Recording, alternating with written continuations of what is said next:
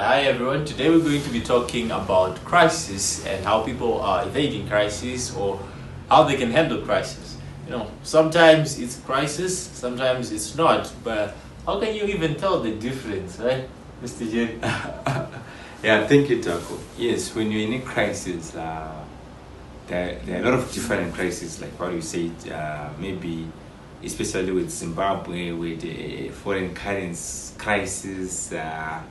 I think in 2008, with our inflation 231 million%, which was one of the highest in the world, and it will remain maybe in the Guinness Books of Records. So that's a crisis, with a cholera crisis, which can affect you. So by crisis, we mean something which can negatively affect a community, a social gathering, a country, a school, a business. An individual can be in a crisis.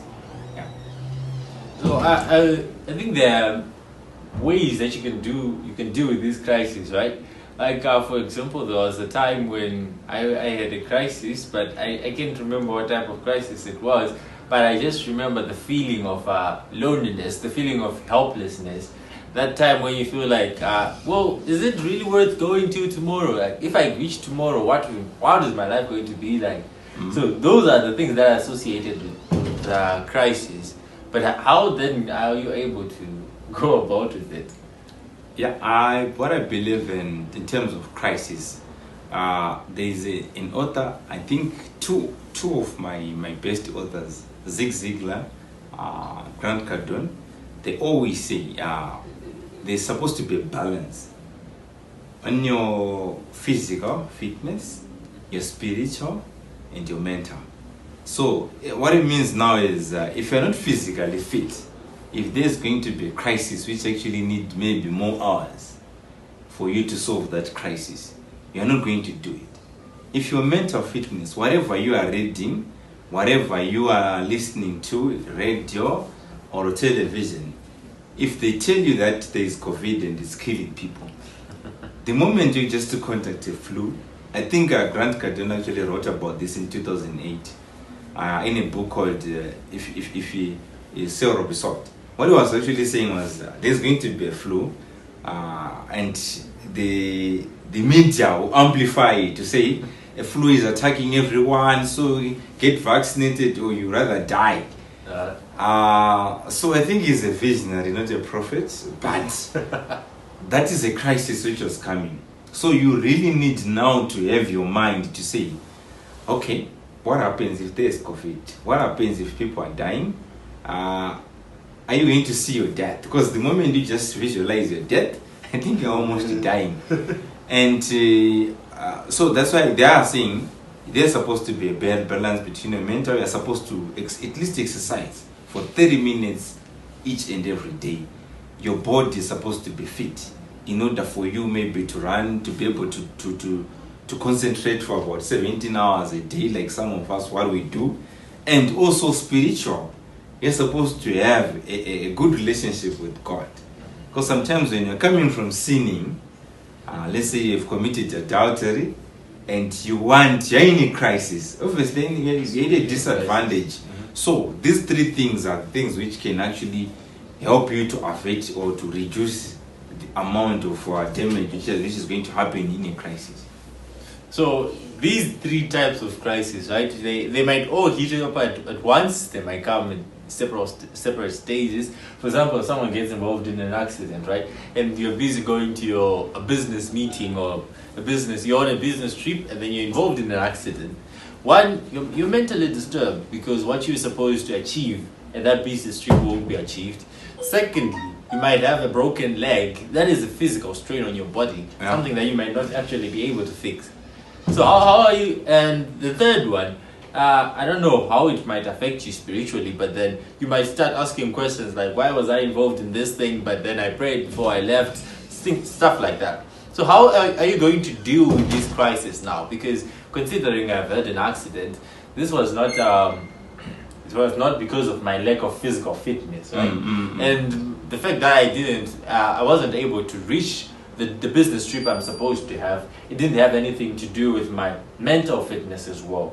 So how does this mental fitness help me to deal with such an issue? Yes, thank you, Taco. Because the thing is now, if you are mentally fit, you get into an accident, you just know that these things, they do happen. And when you are prepared that you can get into an accident at any given time, you can take it easy than someone who is in a denial mode. That's when you start to question, where was God when I got involved into this accident? Especially us black people coming from Zimbabwe with our cultures. There's someone who doesn't want me to leave because I bought a new car. You see? If you're also not physically fit, definitely that wound, it will take time for you to heal than someone who practices or exercises every day.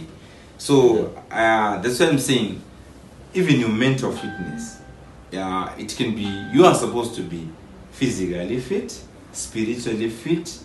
Even if you're going to be affected, if you get a leg broken, so long if you've got these three things in the right place, you can recover, or you can take it better, and you might actually live with a broken leg thereafter when you're even crippled. I've worked with this other guy called Shaky. Shaky was working for a certain political party. Then he was actually shot in I don't know if it was a mistake or if it was deliberate, but he was shot and he got crippled. So he doesn't walk. He can't even feel his legs, but he's got a different mindset. I was with him when I was doing my vending in Budiro, and you could actually out hustle.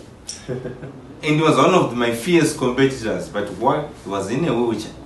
You see? So he was in a crisis, but now it depends on the way he accepted it. To say, no, I'm now in a wheelchair, but being in a wheelchair doesn't mean that I'm a charity case. He was the first one to actually introduce us to that black market, the money exchange.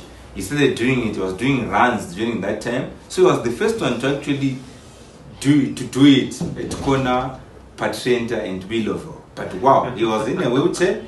He also had a payphone after he noticed that I was also making a bit of some money through a payphone. So he came in as a combatant. But look, someone was in a wheelchair.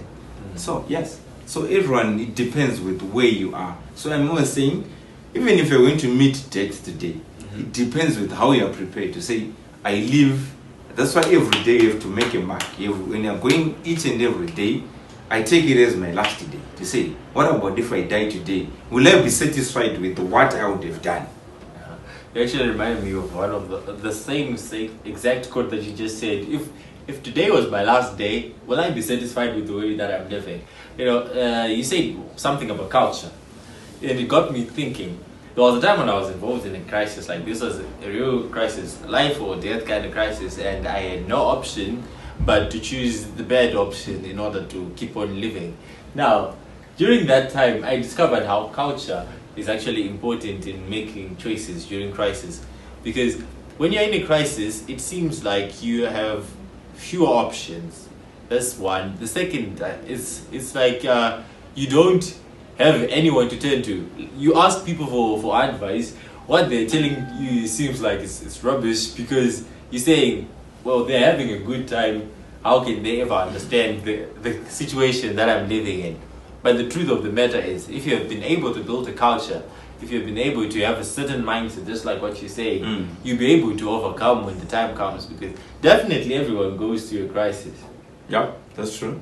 Yeah, so like what you're actually saying, when you're in a crisis, people come with whatever. When you seek advice, they'll give you all sorts of stories.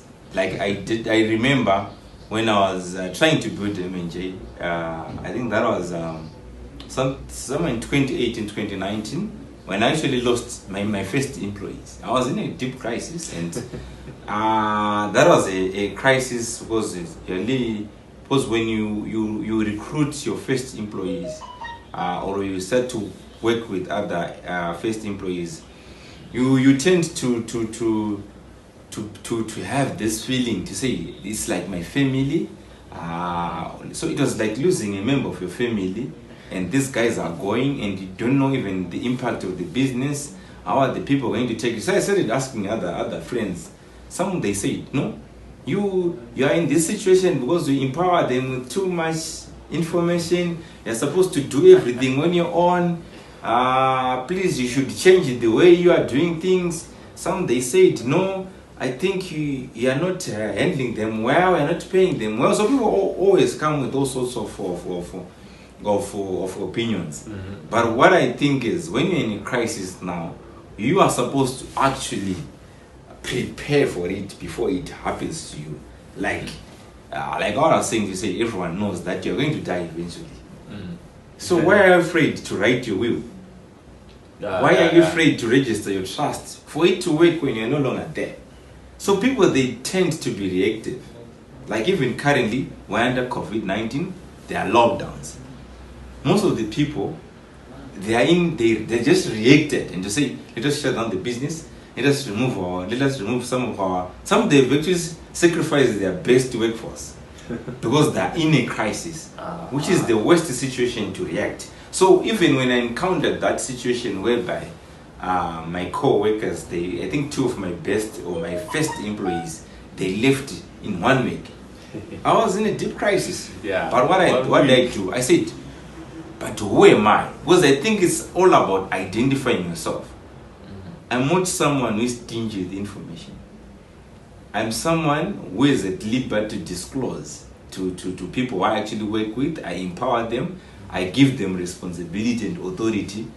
If someone is in marketing, he has to supervise everything in marketing, even my bank accounts. Someone is supposed to manage that. Because the moment I've realized that the moment you don't delegate, you're actually creating even a worse crisis whereby your phone is going to ring for the whole day and you can no longer concentrate on strategy.